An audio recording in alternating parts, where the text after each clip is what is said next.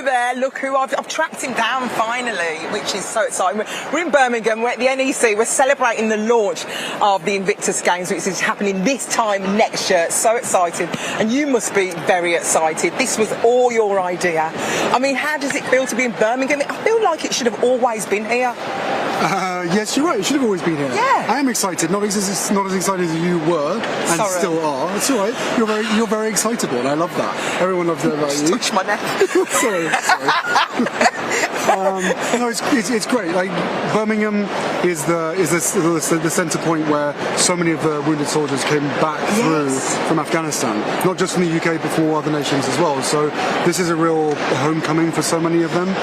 With the Birmingham Hospital, Queen Elizabeth Hospital, just all of it.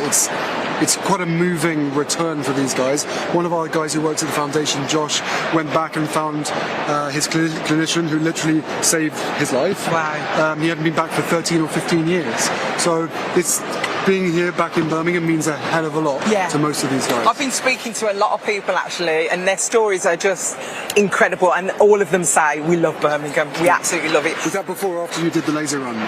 It was before. And then I did the laser. Thank you. I didn't actually do the whole thing. I did cheat a little bit, sorry. I didn't tell you, but it's fine. No, I know. We've got to talk about the fact that I am speaking to so many of these people. Are there any stories that have resonated with you when you speak to these veterans? I mean, there's thousands of stories. Yeah. You know what, to me, the ones that always stand out are Ukraine. So for me right now, you asking me that question, the team manager from Ukraine, we've got all the team managers over here right now doing a recce for the games. Yeah. And the team manager just came over and she gave me the research of what Invictus has done for Ukrainian veterans and the military service, as well as civil society. And it's like this big.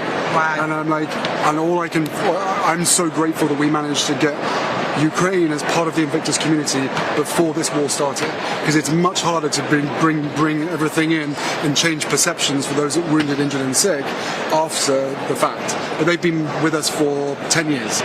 So now you go to Ukraine and instead of wounded people being sort of pushed to one side, which in so many societies around the world that happens, they are treated as absolute gods, and as so heroes. They should be. And so they should be. Yeah.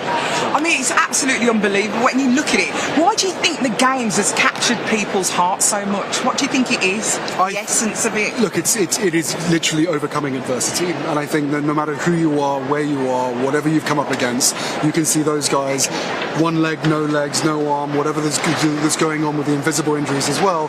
There's just a huge amount of respect, hope, but also admiration and inspiration, because no matter who you are, whether you've been lying on the couch with a broken back or whatever injury or illness that you've had, you look at these guys and go, well, if they can do it, I can bloody well do it as well. And I think that's the mentality. And again, look, for all the military training that everybody has, there's resilience in every single one of us. So true. And I think that when you're really up against it, how you decide to use that trauma, that experience, or that loss, how you use that to really grow that resilience in yourself, I think that's where people can connect to it. And now more than ever, we need to grow the national resilience here in the UK, but also around the world. Harry, you speak so eloquently. It's so lovely to hear. I love your hoop earrings, by the way. Oh, thank you, babe. Thank you. Can you trace your inspiration back to a moment when, in the past? When did you feel inspired? Where did that moment come from? In summary, I've talked about this for many years, so I don't want to bore people who know this already. 2008. You do realise we're never bored by you, right? Okay, all right, that's great. Never bored by you. We love to hear you. No one's ever bored by you. By the way, my kids love Junior Bake Off. Oh, stop it! Absolutely love it. And I love it as well. Come and do the show. It's far better than the grown-up version. What was the question? I was saying, can you trace that moment? So back to 2008, coming back on a plane from Afghanistan after a 10-week deployment. And as we took off, everybody else was coming back on R&R, so the feeling on the plane was more celebratory. For me, I'd been pulled out of Afghanistan, I was pretty miserable, and as we took off, the curtain in front of me opened, and 3 British soldiers, all in induced comas, were lying on hospital beds in front of me. And once the plane took off, I went forward, had a chat to the doctor, and he told me each of their stories. One of the guys was holding a test tube with shrapnel that had been taken out of his neck and his head, holding that in his hand. And I thought, wow, this is the kind of stuff that so many people don't see and don't know that it's happening. Yeah. And that was at the same time that Ross Kemp was started to do all of his documentaries as well, to bring the reality of the war which it was, Yeah. which no one was really talking about as a war, to people's couches, to people's sofas, to say this is actually what our blokes, this is what our guys and girls are really going through. That then led to 2013, the Warrior Games in America, in Colorado Springs, in the middle of nowhere, on an air base, and that was sport literally rehabilitating the soul and the mind and the body, and I was like, we need to make this thing international. You must, honestly, your kids and Megan must be so proud of you. Yeah, Do I'm they proud. tell you every day? They don't tell me every day that they're proud of me, but yeah, I'm proud of them, they're proud of me. I love my family. Well, I've got to say, I know you love me because you keep imitating me. What was that all about at the Stephen Colbert show? What was that all about? They found out that I am one of your secret admirers and that I follow your every move. So they said, who do you want to imitate? I said, obviously, Alison. Oh, thanks, darling. So we did thank that. you. By the way, it was a huge hit.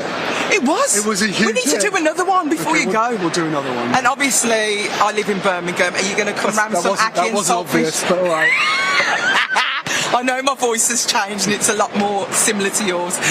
But would you be coming to my house today or a little bit later? You're invited me to your house? What for? A minimum ackee and saltfish. Okay. I've cooked it today. All right. And some soccer as well. Some football, sorry. Are you going to watch? Football, not soccer. You can watch it at my house. Maybe. Let's do it. No, Should we invite all there's these no guys as well? maybe. You're all welcome. We're all You're all welcome. All right, let me think about it. Let's have a think about it. I'll go and get everything ready in the house. A little tidy up. Okay. Bleach the toilet. Why does it need tidy up? Maybe a little bit. I'll bleach your toilet. Would for you? Yeah, Oh, of bless course. you. For you, anything. Can I come to the Invictus Games next year as well? Of course, you have I'll to. bring be my there. son and I'd be everything. disappointed if you.